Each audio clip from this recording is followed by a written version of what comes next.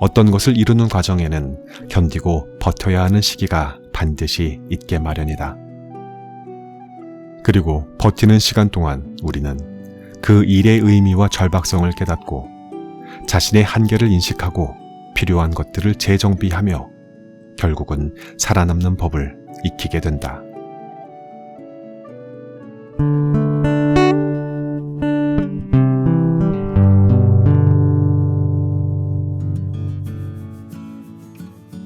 안녕하셨습니까?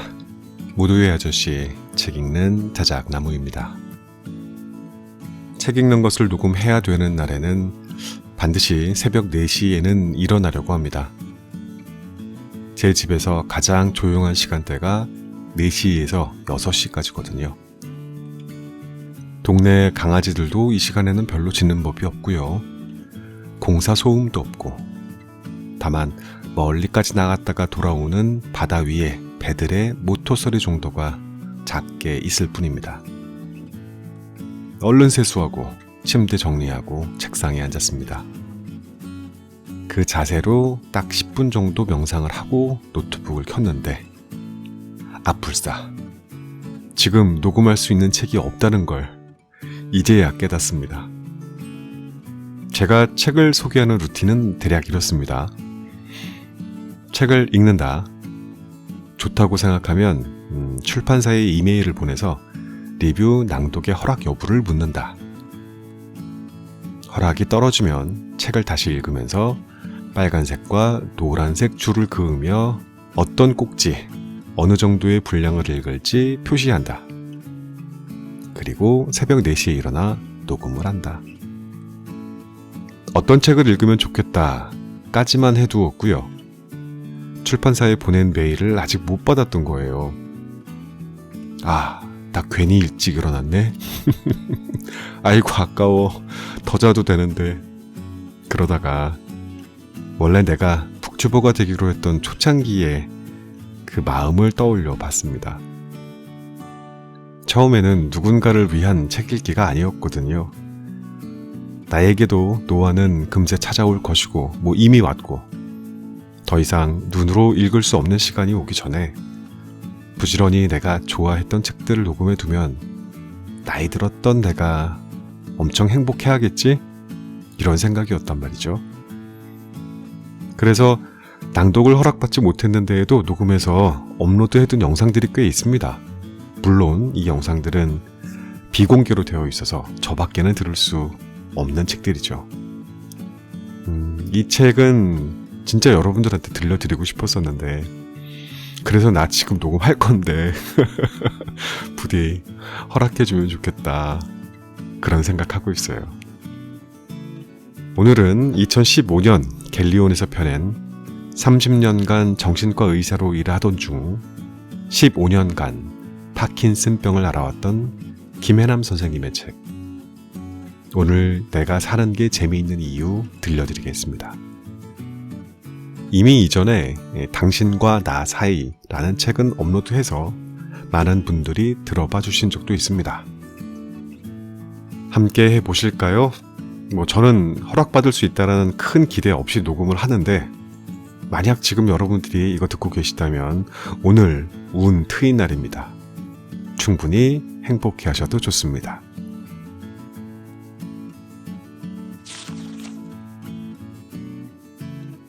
프롤로그. 내가 15년간 파킨슨병을 앓으며 깨달은 것들. 일도 그렇고 사랑도 그렇고 뭐 하나 제대로 되는 게 없는 인생이라고. 그래서 무엇을 하든 겁부터 난다는 환자가 있었다. 그녀가 내게 물었다. 제가 그 일을 하는 게 맞을까요? 했다가 후회하면 어떡하죠? 만일 일이 잘못되면요. 차라리 안 하는 게 더 낫지 않을까요? 그녀의 간절한 표정을 뒤로 하고 나는 말했다. 제가 점쟁이도 아닌데 어떻게 알겠어요? 그건 알지만 그래도 조언을 해주실 수는 있잖아요. 나는 끝내 그녀가 원하는 조언을 해주지 않았다. 대신 그녀의 고민을 끝까지 들어주었을 따름이다. 그리고 마지막에 어떤 선택을 하든 잘 헤쳐나갈 테니 용기 내어 딱 한 발짝만 내디뎌 보라고 했다. 잘못된 길이라면 아예 내딛고 싶지 않은 그녀의 심정을 모르는 것은 아니다. 이미 몇 번 실패를 경험한 그녀가 많이 지쳐 있다는 것도 알고 있었다. 하지만 분명한 것은 계속 결정을 미룬 채 고민을 더 해봐야 시간만 흘러간다는 것이다. 그게 옳은 선택이든 아니든 이제는 결정을 내리고 선택한 그 방향으로 한 걸음 한 걸음 나아가야 한다. 가서 경험을 해봐야 자신과 맞는지 안 맞는지를 알 수 있기 때문이다. 나에게도 그렇게 꼼짝도 못한 채 아무것도 할 수 없었던 시기가 있었다. 2001년 43살에 파킨슨병이라는 진단을 받고 난 직후였다. 파킨슨병은 손발이 떨리고 근육이 뻣뻣해지고 몸이 굳는 증상이 나타나는 신경퇴행성 질환이다. 그래서 걷는 것도 말하는 것도 심지어 글씨를 쓰고 얼굴 표정을 짓는 것도 마음대로 되지 않는다. 누군가가 파킨슨병을 묘사할 때 온몸을 밧줄로 꽁꽁 묶어놓고는 움직여보라고 하는 것이나 마찬가지라고 했는데 그 말이 꼭 맞다. 어떨 땐 한 걸음을 움직이기 위해서 옷이 땀으로 흠뻑 젖을 만큼 고생을 한다. 보통 파킨슨병에 걸리고 15년이 지나면 사망하거나 심각한 장애가 나타난다고 알려져 있다. 또한 치매와 우울증, 사고력 저하 등을 동반하는데 아직까지 마땅한 치료법이 없다. 그저 약으로 병의 진행을 더디게 만들 수 있을 뿐이다. 한마디로 불치병이라는 소리다. 의사다 보니 파킨슨병에 대해 알고 있었지만 그 병이 나를 찾아올 줄은 짐작조차 못했다. 하필이면 꿈을 펼쳐보겠다며 개인 병원을 차린 지 1년이 채 안 되었을 때였다. 내가 뭘 그렇게 잘못했기에 이런 병에 걸린 걸까? 누구나 열심히 살겠지만 나 스스로는 누구 못지않게 열심히 살아왔다고 생각했었다. 고등학교 2학년 겨울방학 때 소울메이트 같았던 언니를 교통사고로 잃고 몇 년간 방황했지만 결국 잘 버텨냈고 첫 아이를 응급실 환자를 돌보는 도중에 유산하고는 절망에 빠졌지만 잘 이겨내어 두 아이를 낳았으며 시부모를 모시고 살면서 일하랴 아이 키우랴 힘든 일도 많았지만 포기하지 않고 꿋꿋하게 살아왔다. 그런데 내가 뭘 그렇게 잘못했단 말인가. 너무 억울했고 세상이 원망스러웠으며 내 인생은 끝났다고 절망했더랬다. 게다가 파킨슨병 환자들이 겪는 끔찍한 고통을 내가 과연 견뎌낼 수 있을까 두려웠다. 그래서 아무것도 못하고 침대에 누워 천장만 바라보았다. 그렇게 한 달이 지난 어느 날 문득 깨달았다. 절망한 채 누워 있는다고 바뀌는 건 아무것도 없는데 게다가 다행히 병이 초기 단계라 아직 할 수 있는 일이 많은데 내가 왜 이러고 있지 하는 생각이 들었던 것이다. 그래서 일어났고 하루를 살았고 또 다음 날을 살았다. 그렇게 15년을 살아왔다. 작년 초 갑자기 상태가 악화되어 병원 문을 닫을 때까지 진료와 강의를 하며 모두 5권의 책을 썼고 엄마로서 며느리로서 해야 할 일들을 하며 충실히 살아왔다. 무엇보다 건강관리에 힘쓴 덕에 아직 치매도 오지 않았고 사고력에도 문제가 없으며 우울증도 경미하다. 물론 몸 상태는 지속적으로 나빠지고 있지만 그 속도가 느린 편이어서 이 책도 쓸 수 있었다. 내가 파킨슨병에 걸렸다는 사실을 알면 사람들은 대부분 참 안 됐다는 표정을 감추지 못한다. 어쩌다 한창일 나이에 몹쓸병에 걸려 이런 고생을 하는가 안타깝다는 얼굴이다. 그러나 나는 괜찮다. 병이 이미 내 건강의 많은 부분을 앗아갔고 앞으로 지적 능력까지 빼앗아갈지 모르지만 아직 닥치지 않은 일이니 걱정해봐야 아무 소용없다. 그래서 걱정하지 않는다. 그리고 걱정으로 시간을 낭비해버리기엔 내 인생이 너무 아깝다. 코앞에 있는 화장실에 가는데 5분 넘게 걸린 적도 있고 몸이 굳어버려 옆으로 돌아 눕는 것조차 다른 사람의 도움을 받아야 할 만큼 고통스러울 때도 있었지만 그렇다고 24시간 내내 아픈 건 아니다. 고통과 고통 사이에는 반드시 덜 아픈 시간이 있고 약을 먹어서 뜻대로 움직일 수 있는 시간도 있다. 나는 그 시간에 무엇을 할지 상상하며 고통을 견뎌낸다. 그리고 그 시간이 되면 운동을 하고 친구와 수다를 떨고 산책을 하고 그림도 그리고 딸을 위한 떡볶이도 만들면서 내 일상을 즐긴다. 아마도 내가 아프지 않았더라면 지금처럼 시간을 소중히 여기지 않았을 것이다. 얼마 전 누군가 내게 물었다. 미국으로 유학 가서 정신분석 공부를 더 하고 죽을 때까지 의사로 살고 싶다던 꿈을 병 때문에 포기하게 되어 속상하지 않느냐고. 아쉬운 게 전혀 없다면 거짓말이겠지만 그래도 괜찮다. 지난 30년간 의사로 살았으면 됐다 싶다. 그러자 그가 나에게 또 물었다. 아니 그럼 뭐가 아쉬우세요? 후회되는 것도 없으세요? 돌이켜보면 후회되는 게 왜 없겠는가? 그렇지만 살아가는 데 있어 걱정이 별 도움이 안 되듯 후회 또한 별 도움이 안 되긴 마찬가지다.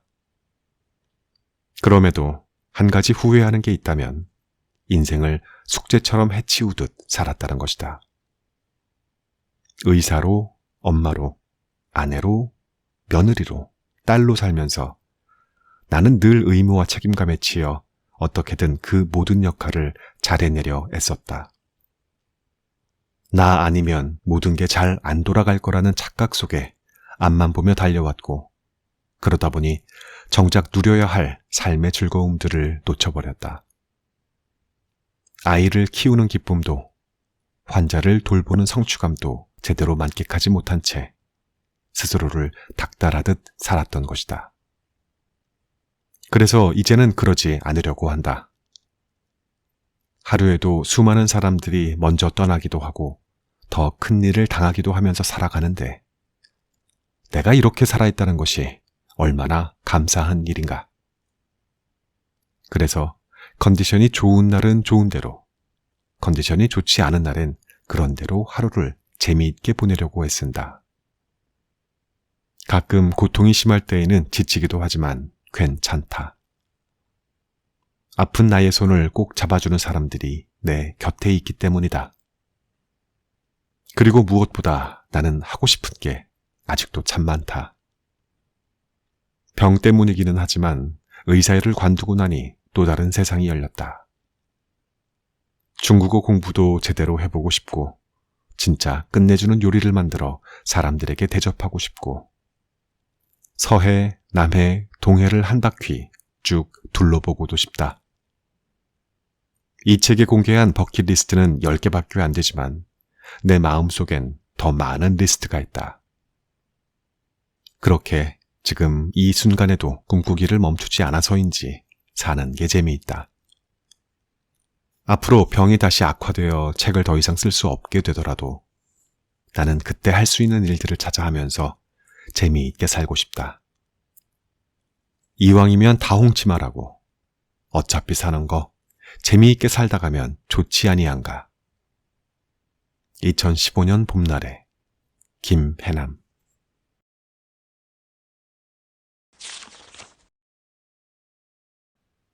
딱 한 발짝만 내디뎌보라. 작년 1월 3일 아침 출근을 하려는데 이건 아니다 싶었다. 병이 조금씩 악화되어 그렇게 미뤄왔던 치료제인 레보도파를 사용한 지 10개월째였는데 더 이상 환자를 진료하는 건 무리라는 생각이 들었다. 그래서 환자들에게 한 달만 쉬어야 할 것 같다고 양해를 구하고 출근을 포기했다. 첫 아이를 유산하고 어렵게 두 아이를 낳고 키우는 와중에도 결코 포기한 적이 없는 출근을 내려놓은 것이다. 하지만 바람과는 달리 증상은 더욱 악화되었고 결국엔 병원 문을 닫고 체질 개선과 요양을 목적으로 제주도에 내려갔다. 서늘리에 있는 조그만 집에서 혼자 머무르며 치료에만 집중했는데 처음에는 진료도 그만두고 공기 좋은 곳에 내려가서인지 병세가 호전되었다. 하지만 그것도 잠시 점점 몸을 움직이기가 힘들었다. 레보도파 약효의 지속시간이 3시간밖에 안 되어 하루에 반 정도는 누워서 약 먹을 시간이 되기만을 기다려야 했고 땀이 비오듯 쏟아져 하룻밤에도 옷을 3번 정도 갈아입어야 했다. 게다가 약 기운이 떨어지면 자율신경계가 깨져서 심박동수가 120을 넘고 몸을 움직일 수가 없어 돌아눕기도 힘들고 이불이 무겁게 느껴져서 발로 차 내려고 해도 다리가 뻣뻣해 그것도 여의치가 않았다. 다리를 1cm 옆으로 옮기는 것조차 내 마음대로 되지 않았던 것이다. 가장 큰 문제는 화장실이었다. 파킨슨병 환자들의 경우 소변이 금방 마려워 화장실에 자주 가는데 밤에도 예외는 아니다. 겨우 눈을 붙였는데 소변이 마려워 잠을 깨고 화장실에 갔다 오면 1~2시간 잠들었다가 다시 화장실에 가는 일이 반복되었다. 그날도 그랬다. 새벽 1시쯤 소변이 마려워 눈을 떴다. 힘겹게 일어선 다음 화장실에 가려고 발을 떼는데 몸이 앞으로 쏠리면서 꽈당 넘어질 뻔했다. 분명 내 다리인데 내 마음대로 움직여지지가 않았던 것이다. 화장실이 바로 코앞에 있는데 도저히 거기까지 갈 수가 없었다. 땀을 뻘뻘 흘리며 화장실 쪽을 바라보며 움직이려다 앞으로 넘어지기를 몇 번. 이대로 주저앉아 오줌을 싸버릴까 싶었다. 다 큰 어른이 바지에 오줌을 싸게 될 줄이야. 비참하고 고통스러운데 집에 나 혼자뿐이니 더 막막했다. 그러다 화장실 문을 바라보는 대신 발을 가만히 쳐다보았다. 그리고는 발을 한 짝씩 천천히 떼었다. 신기하게도 발이 움직여졌다. 발을 쳐다보면서 다시 한 발짝 움직였다. 그렇게 한 발짝 한 발짝 나아가다 보니 어느새 화장실에 도착해 있었다. 보통 때면 2초 만에 갈 수 있는 화장실을 가는데 5분 넘게 걸리긴 했지만 도착해서 볼일을 봤으니 그러면 된 것 아닌가. 아, 한 발짝이구나.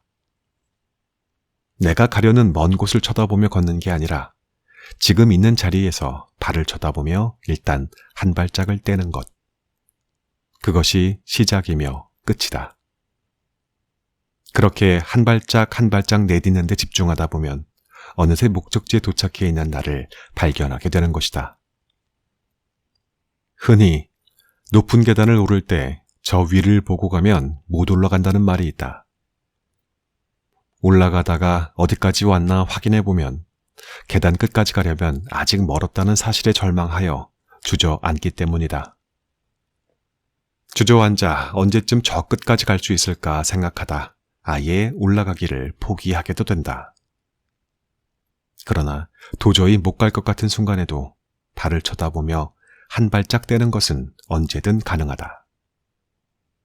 그리고 계단 끝을 보며 올라갈 때에는 힘들다는 소리가 절로 나오고 올라가는 일 자체가 고통스러운데 신기하게도 발을 쳐다보고 한 발짝을 떼는 데 집중하면 힘들다는 생각이 들지 않는다.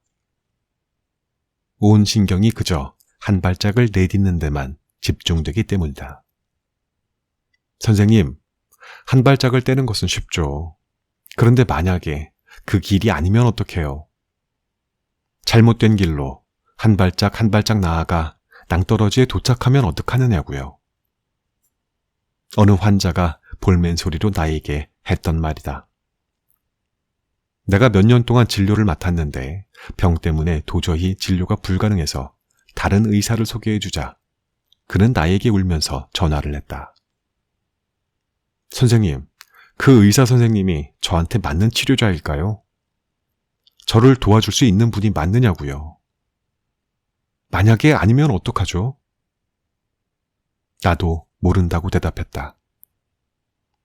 그와 치료자가 맞을지 안 맞을지는 둘이 서로 만나서 치료를 진행해 봐야 알 수 있다. 내 딴엔 미안한 마음에 최대한 그와 잘 맞을 것 같은 치료자를 연결해 줬지만 내 생각이 틀릴 수도 있다. 만약에 잘 맞으면 계속 그 의사 선생님과 치료를 진행하면 되고요. 안 맞으면 다른 치료자를 찾아가면 되죠. 그런데 당신이 지금처럼 울면서 아무것도 하지 않으면 당신의 상태가 더 나빠질 거라는 건 확실해요. 정말 미안하지만 내가 당신을 진료할 수 있는 상황이 아니니까요. 이 길이 맞을까 저 길이 맞을까 우리는 늘 선택의 기로에 서게 된다. 그런데 분명한 것은 어떤 길로 가는 게 맞을지는 모르지만 내가 걸어간 길을 내 것으로 만드는 것은 나의 몫이다. 배우자를 찾는다고 했을 때 그가 나와 맞을지는 누구도 모르는 거다. 어쨌든 그와 결혼해서 살아봐야 맞는지 안 맞는지 알 수 있고 설령 잘 안 맞아도 배우자를 내 남편 혹은 내 아내로 만들어가는 건 내 몫이다. 물론 선택한 길이 틀릴 수도 있고 최선을 다했는데에도 낭떠러지에 도착할 때도 있을 것이다. 하지만 그게 두려워 한 발짝도 떼지 않으면 영영 아무 데도 못 가게 된다. 그리고 내 경험상 틀린 길은 없었다. 실패를 하더라도 실패로부터 무언가를 배우면 그것은 더 이상 실패가 아니었고 길을 잘못 들었다 싶어도 나중에 보면 그 길에서 내가 미처 몰랐던 것들을 배움으로써 내 삶이 더 풍요로워졌다. 물론 내 뜻대로 흘러가지 않는 인생 때문에 화가 난 적도 있지만 분노의 힘이 나를 살게 한 적도 있다. 그러므로 가장 빠른 직선 코스로 가야 한다는 강박관념만 버린다면 한 발짝을 떼는 것에 대한 두려움을 가질 이유는 없다. 남보다 빨리 목적지에 도착해 봐야 그 기쁨을 같이 나눌 사람이 없다면 오히려 그게 더 슬픈 일이다. 그러니 어떤 순간에도 삶을 포기하지 말고 용기 내어 일단 한 발짝만 내디뎌 보라. 나는 화장실을 가기까지 5분이 걸렸지만 도착한 순간 해냈다는 기쁨에 환호성을 질렀다. 당신이 하버드를 졸업해 빌 게이츠처럼 살아야지 그 이외에 다른 삶은 무가치하다는 생각에 사로잡힌 게 아니라면 한 발짝을 내디딘 순간 알게 될 것이다. 용기 내기를 참 잘했다는 것을.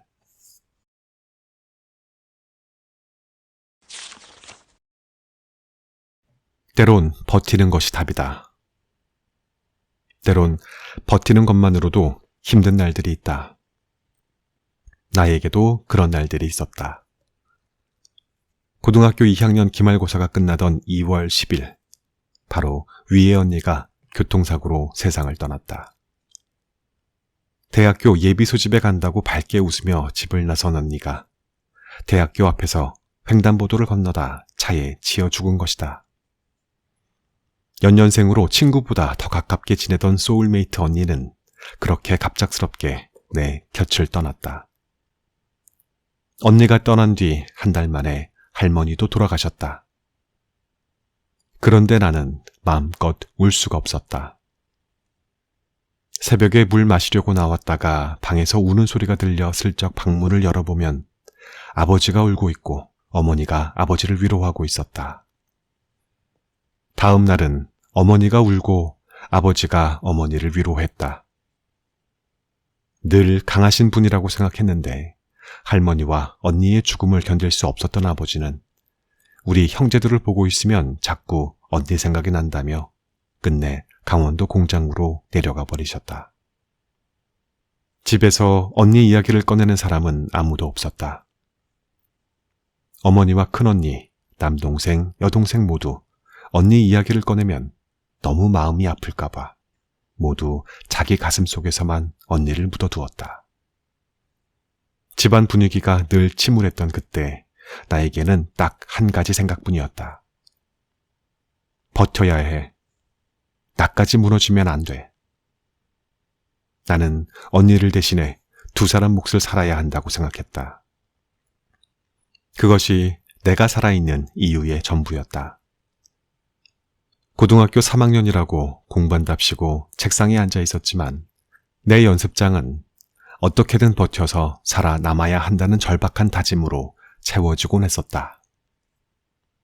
왜냐하면 나 때문에 언니가 죽었으니까. 역사학자가 되겠다던 나와의 약속을 지키기 위해 언니가 선택한 대학교의 예비 소집일에 그 일이 터졌으니까. 언니가 갈까 말까 고민했던 다른 대학교를 선택했다면 그런 일이 없었을지도 모르니까. 그래서 나는 무너지면 안 되었다. 울어서도 안 되는 거였다. 나마저 무너지면 아버지와 어머니의 슬픔이 얼마나 더 크겠는가. 그때 내가 할 수 있는 일은 부모님 걱정 끼치는 일 없게 한 번에 대학에 붙는 일뿐이었다. 하지만 아무도 모르게 혼자 언니의 죽음을 견뎌내며 대학 입시를 준비하는 건 쉬운 일이 아니었다. 나를 이겨야 한다며 의자에다 끈으로 내 몸을 묶어놓고 공부를 하다가 새벽에 잠시 눈을 붙이면 가위에 눌려 벌떡 일어나는 일이 계속되었다.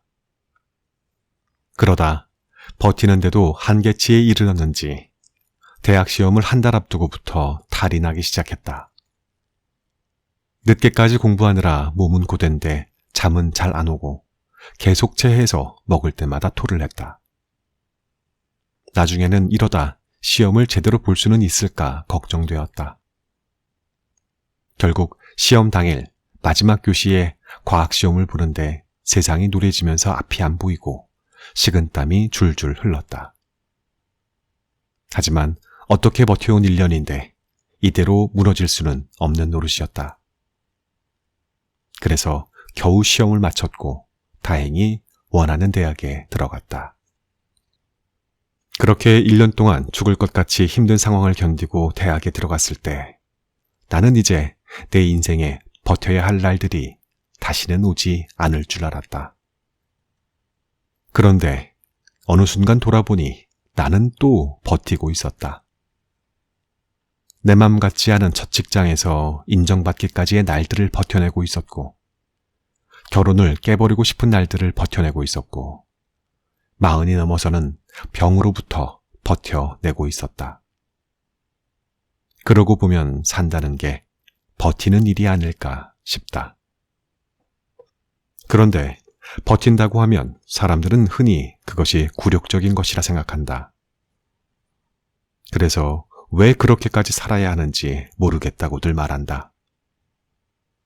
하지만 버틴다는 것은 그저 말없이 순종만 하는 수동적 상태를 이야기하는 게 아니다. 아무것도 하지 않고 방에 누워서 시간이 지나기만을 기다리는 게 결코 아니라는 말이다. 버틴다는 것은 내적으로는 들끓어오르는 분노나 모멸감, 부당함 등을 다스릴 수 있어야 하고, 외부에서 주어진 기대 행동에 나를 맞추면서도 나 자신을 잃지 않아야 한다는 매우 역동적이면서도 힘든 과정이다. 그래서 버틴다는 것은 기다림이라 할 수 있다. 미래를 위해 현재를 참아내는 것이고, 다음 단계로 나아가기 위해 오늘 부단한 노력을 하는 것이다. 내가 수험생 시절을 버티지 않았다면 의사가 되기 위한 첫걸음인 의과대학에 가지 못했을 테고, 첫 직장에서 견뎌내지 못했다면 정신분석을 공부할 생각을 못했을 테고, 결혼을 깨버렸다면 지금의 가족을 얻지 못했을 테고, 병으로부터 버티지 않았다면 지금처럼 책을 쓰고 있지 못할 것이다. 그렇게 나는 버티면서 삶의 한가운데로 나아갈 수 있었고, 그로부터 많은 것을 배웠다. 언니가 죽은 것은 안타깝지만 그건 내 잘못이 아니며 내가 죽어버려야 했을 만큼 무가치한 사람은 아니라는 사실. 내가 무언가를 해낼 수 있는 사람이라는 사실. 누군가에겐 때로 도움이 될 수도 있다는 사실 등을 배웠다. 만약 버티지 않고 어느 순간 포기해버렸다면 삶이 쉬웠을지도 모르지만 참 많이 후회했을 것이다. 사실 정신치료 중에도 버팀의 태도는 매우 중요하다. 많은 사람들은 끝없이 치료자를 테스트하며 그네들의 분노나 절망을 치료자에게 투사한다. 이를 견뎌내는 것은 치료자에게 있어 매우 힘든 일이다. 자칫 치료자가 자신의 역전의 감정을 다스리지 못하면 치료는 파국을 맞이하게 된다. 그래서 치료자는 환자의 분노를 견디고 그로부터 살아남아야 한다. 일단은 살아남아야 환자를 도울 수 있으니까 말이다. 그러고 보면 어떤 것을 이루는 과정에는 견디고 버텨야 하는 시기가 반드시 있게 마련이다. 그리고 버티는 시간 동안 우리는 그 일의 의미와 절박성을 깨닫고 자신의 한계를 인식하고 필요한 것들을 재정비하며 결국은 살아남는 법을 익히게 된다. 그러므로 버티어 살아남는 법을 배운다는 것은 어느 누구도 폄하할 수 없는 피땀 어린 노력의 결실이다. 그래서 아무리 노력해도 안 된다고, 항상 잘 나가는 사람들이 자기 앞길을 가로막고 있다고 절망하는 사람들에게 말해주고 싶다. 버티는 것이 답답하고 힘들겠지만 버티다 보면 어떻게든 앞으로 나아가게 되어 있다고. 그러니 자신과의 싸움에서 지치지 말라고 말이다. 정말로 때론 버티는 것 자체가 답일 때가 있다.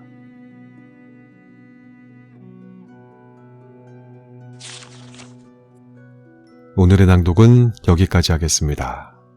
저는 또 금방 돌아오겠습니다.